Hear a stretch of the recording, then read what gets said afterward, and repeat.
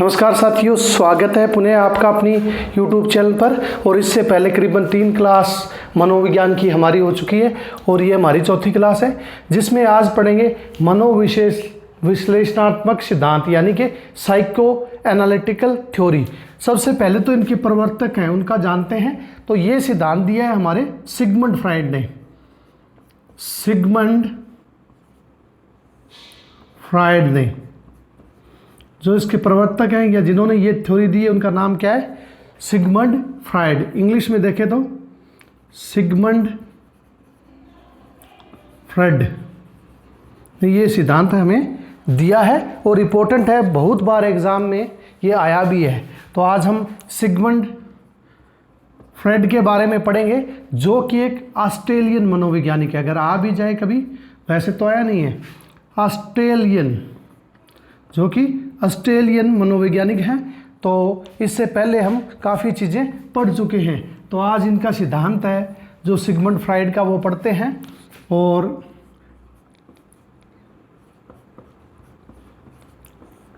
Fried एक बार और लिख देता हूँ, जो ऑस्ट्रेलियन मनोवैज्ञानिक है उनके बारे में पढ़ते। तो सबसे पहले इन्होंने एक शब्द का जिक्र किया था, लिबिडो। लिबिडो का मतलब होता है काम शक्ति, यानी कि वो आधार बच्चे के अंदर जन्मजात ये शक्ति मानते हैं। वो मानते हैं कि बच्चे का जब जन्म होता है, एक बच्चा जब धरती पे जन्म लेता है तो उसके अंदर कौन सी शक्ति होती है? लिबिडो, यानी कि काम शक्ति। और इसी के आधारित उन्होंने क्या दिया है? अपना सिद्धांत दिया है। और ये सबसे ज़्यादा किस में प्रेजेंट होती है? इद में, जो कि क्या है? अनकॉन्शियस माइंड का हिस्सा होता है। जो हमारा अनकॉन्शियस माइंड है उसके अंदर स्टोर होती है लिबिडो, जिसे हम कहते हैं इद या इद, इदम, ईगो, सुपर ईगो। ये सब सिद्धांत इन्होंने दिए। तो आज हम इनके वो पढ़ने वाले हैं। तो लिबिडो के बारे में मैंने बता दिया कि इन्होंने जिक्र किया है। उसके बाद इनके अगर हम बात करें इद की, ईगो की और सुपर ईगो की, क्योंकि कई बार क्वेश्चन इनमें से आ जाता है। इद, ईगो, सुपर ईगो।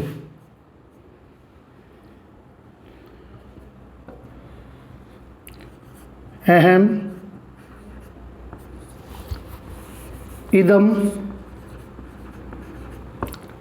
अहम और पराअहम। पराअहम। इद क्या होता है? मैंने सबसे पहले बताया है कि लिबिडो, जो लिबिडो जिसको हम बार बार कहेंगे काम वासना या काम शक्ति है, वो किसके अंदर प्रेजेंट होती है? इद के अंदर। इद हमारा माइंड का सबसे बड़ा हिस्सा है और वो हमेशा ऐसी इच्छाओं की वासना करता है या ऐसी इच्छाओं की तृप्ति चाहता है जो कि ना होने वाली हो, इंस्टेंट। जैसे अगर हमें आइसक्रीम दिखाई देती है, अगर हमें आइसक्रीम दिखाई देती है तो हमारा जो इदम है वो कहेगा कि कहीं से भी लाओ पैसे, चाहे आपको चुरा के लाने पड़े, लेकिन मुझे आइसक्रीम खानी है। तो वो हिस्सा हमारा क्या होता है? इद का। दूसरा होता है ईगो। ईगो वो हिस्सा होता है जो हमें वास्तविकता का ज्ञान कराता है। जैसे कि हमारा मन किया कि हमें आइसक्रीम खानी है, तो हमारा इद कहेगा कि चोरी कर लें, हम पैसे कहीं से भी लाएं, लेकिन ईगो कहेगा कि चोरी करना क्या है? पाप है, इस रास्ते पे हमें नहीं चलता है। यानी कि हमें वास्तविकता दिखाता है और ये भी बताता है कि अगर आपने चोरी की तो आपको जेल जाना पड़ेगा, आपको सज़ा होगी। ये सब हिस्से कौन से बताते हैं? हमारे ईगो के। फिर होता है सुपर ईगो। सुपर ईगो उस व्यक्ति के अंदर पाया जाता है जो इस धरती के काम, वासना, देह, सुख, यानी कि जो भी मटेरियलिस्टिक थिंग है, यानी कि जो भी धन दौलत या शारीरिक शक्ति सबको त्याग दे, यानी कि जो संत महात्माओं के अंदर पाई जाती है, संत महात्माओं के अंदर जो शक्ति पाई जाती है उसको हम क्या कहते हैं? Super ego. एक और क्वेश्चन एक बार आया था कि कौन सा इनमें से, इड, ईगो, सुपर ईगो में से कौन सा पुल का कार्य करता है? पुल यानी कि सेतु का कार्य करता है। तो जो ईगो है वो हमेशा सेतु का कार्य करता है। जब भी हम कोई बुरा काम करने की चेष्टा करते हैं तो इद हमें सहयोग करता है, लेकिन ईगो कहता है कि उसके दुष्परिणाम होंगे, उसका रिजल्ट है वो गलत होगा। और सुपर ईगो कहता है कि हमें ऐसा नहीं करना चाहिए। जैसे आपको एक एग्जांपल सिखाता हूँ मैं कि सिगरेट किसी व्यक्ति को सिगरेट पीनी है, तो जैसे कोई व्यक्ति स्कूल के अंदर सिगरेट पीना चाहता है तो ईद स्कूल से इसलिए ले रहे हैं क्योंकि हमारा जो सिस्टम है, हमारा जो एजुकेशन सिस्टम है उसी से जोड़ लेते हैं हम इसको, कि स्कूल के अंदर हम अगर टीचर हैं और हमारा सिगरेट पीने को मन कर रहा है तो ईद कहेगा कि जल्दी से सिगरेट पी लो, अभी तुरंत आप सिगरेट पियो। लेकिन ईगो कहेगा कि इस स्थान पे हमें सिगरेट नहीं पीनी चाहिए, हम इसे कहीं और स्थान पर जाके पी सकते हैं, स्कूल में हमें सिगरेट नहीं पीनी चाहिए। और सुपर ईगो कहता है कि हमें कभी भी जीवन में सिगरेट नहीं पीनी चाहिए। तो ये पुल का काम करता है, ये हमेशा हमें सही रास्ता दिखाता है। तो ये तो था इड, ईगो और सुपर ईगो के बारे में। इसके बाद हम आगे देखते हैं जो इन्होंने स्टेजेस दिए, ओ, अमर, पाल, एलजी का टीवी लिया। इससे हमारी जो इनकी स्टेज है वो बन जाएगी ओ, अमर, पाल, एलजी का। ओ, अमर, पाल, एलजी का टीवी लिया। अगर ये आपको निमोनिक याद है तो आपको जो इनकी सिगमंड फ्राइड की जितनी भी स्टेज है वो आपको इजीली याद रहती है। ओ से हो जाएगी ओरल, यानी कि मुख्य अवस्था। इसके अंदर हम जिक्र कर लेंगे, हमारा 1 से 1.5 साल का बच्चा जो होता है, यानी कि 1 से 1.5 साल का जो बच्चा है उसके अंदर ये पाई जाती है। फिर है हमारी एनल स्टेज, इसको बारी बारी डिस्क्राइब करेंगे, एक बार लिख लें। एनल स्टेज यानी कि गुद्दा अवस्था। उसके बाद होती है फैलिक स्टेज,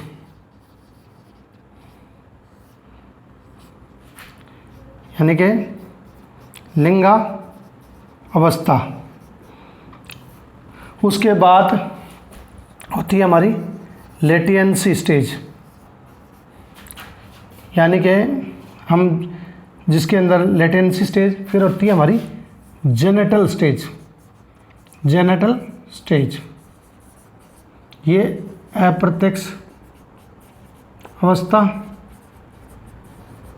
या जेनेटल यानी कि मनोवैज्ञानिक चेंज की अवस्था। जैसे 1 से 1.5 वर्ष में ये होता है और 1.5 से 3 वर्ष में जो हमारी ये एनल स्टेज होती है, और 3 से 7 वर्ष में साथियों हमारी फैलिक स्टेज होती है, और 7 से 11 में हमारा लेटेंसी स्टेज होती है, और 11 से लेकर 18 तक हमारी जेनेटल स्टेज होती है। इन सभी को अभी मैं धीरे धीरे आपको एक एक डिस्क्राइब कर दूंगा। जैसे कि सबसे पहले ओरल स्टेज लेते हैं, यानी कि सिगमंड फ्राइड मानता है कि बच्चे की सारी क्रियाओं का जो मुख्य केंद्र होता है वो मुख होता है, यानी कि बच्चा है वो जैसे चूसना या काटना, ये प्रक्रिया 1 से 1.5 साल का बच्चा करता है। जैसे आपको पता है जब माता बच्चे को स्तनपान करा रही होती है तो बच्चा उसको काट लेता है, यानी कि जब गुस्सा आता है तो उसको काट लेता है। या जैसे अंगूठा बच्चा चूसता रहता है, तो ये किसके कारण होता है? मुख्य अवस्था के कारण होता है। और इसी को वो लिबिडो स्टेज भी मानता है कि उसके अंदर काम वासना होती है। तो आपको थोड़ा सा इसी से जोड़ दिया। फिर इसके अंदर हमारी ओरल मुख्य अवस्था, जो भी मुख से क्रियाएं कही जाती है वो 1 से 1.5 साल के बीच हमारी ओरल स्टेज मुख्य अवस्था में आती है। दूसरी है एनल यानी कि गुद्दावस्था। गुद्दावस्था आप जानते हो, जब बच्चा 1 से 3 साल का होता है तो बाथरूम है या पोटी है वो उसको रोक लेता है। जब भी उसको गुस्सा दिलाया जाता है तो वो बाथरूम वगैरह नहीं करता, तो उसकी गुद्दा संचन व्यवस्था होती है। गुद्दा संचय अवस्था, यानी कि दूसरा है गुद्दा संचय अवस्था और गुद्दा निष्कासन अवस्था। निष्कासन अवस्था तो इसके अंदर 2 हम मान लेंगे गुद्दावस्था में, कि बच्चा है पेशाब बाथरूम अपना रोक लेता है जब भी गुस्से में होता है, तो वो अपनी जो भावनाएं होता है उनको दर्शाने के लिए उसके पास लैंग्वेज तो इतनी नहीं हो सकती कि वो सब कुछ बता दे, लेकिन वो क्या करता है अपना बाथरूम वगैरह रोक के गुस्सा पेरेंट्स पे प्रकट करता है। दूसरा है गुद्दा निष्कासन अवस्था, यानी कि बच्चा है कई बार पेरेंट्स के अंदर पेशाब कर देता है, बाथरूम कर देता है, और ये किसके कारण होता है? गुद्दा निष्कासन अवस्था। जब भी बच्चा अपना गुस्सा दुख सुख या प्रकट करना चाहता है तो वो गुद्दा अवस्था से ही करता है, जिसमें गुद्दा संचयन और गुदा निष्कासन, 2 प्रकार की अवस्थाएं आती है। तीसरा है फेलिक लिंग अवस्था, यानी कि 3 से 7 साल का बच्चा। फेलिक स्टेज में आपको थोड़ा सा मैं यहाँ और डिटेल में करा दूं कि फेलिक स्टेज के अंदर आपका इलेक्ट्रा और ओडिपस कॉम्प्लेक्स आता है। इलेक्ट्रा कॉम्प्लेक्स क्या होता है ये आपको पता होना चाहिए, बहुत बार आया। और ओडिपस कॉम्प्लेक्स क्या होता है? इलेक्ट्रा कॉम्प्लेक्स पुत्री के लिए यूज़ किया जाता है, यानी कि बेटी का। जब बेटी का आकर्षण पिता की ओर बढ़ता है तो वो कौन सा कॉम्प्लेक्स कराता है? Electra complex. और जब पुत्र का आकर्षण अपनी माता की ओर बढ़ता है, यानी कि पुत्र जब माता की ओर आकर्षित होता है तो उसको हम क्या बोलते हैं? Oedipus complex. ये बहुत इंपॉर्टेंट है, बहुत सा बार पूछा गया है कि इलेक्ट्रा कॉम्प्लेक्स क्या होता है और ओडिपस कॉम्प्लेक्स क्या होता है। ये सब किसके अंदर आते हैं? फेलिक स्टेज, लिंगी अवस्था, यानी कि बच्चा है वो अपने बारे में, अपने शरीर के बारे में जानना शुरू कर देता है कि वो लड़का है या लड़की है। और अपने अंग छूना या अपने आप को, जैसे पुत्री है वो पिता की ओर आकर्षित, पुत्र है वो माता की ओर आकर्षित, ये कि कौन सी स्टेज में होता है? फेलिक स्टेज में।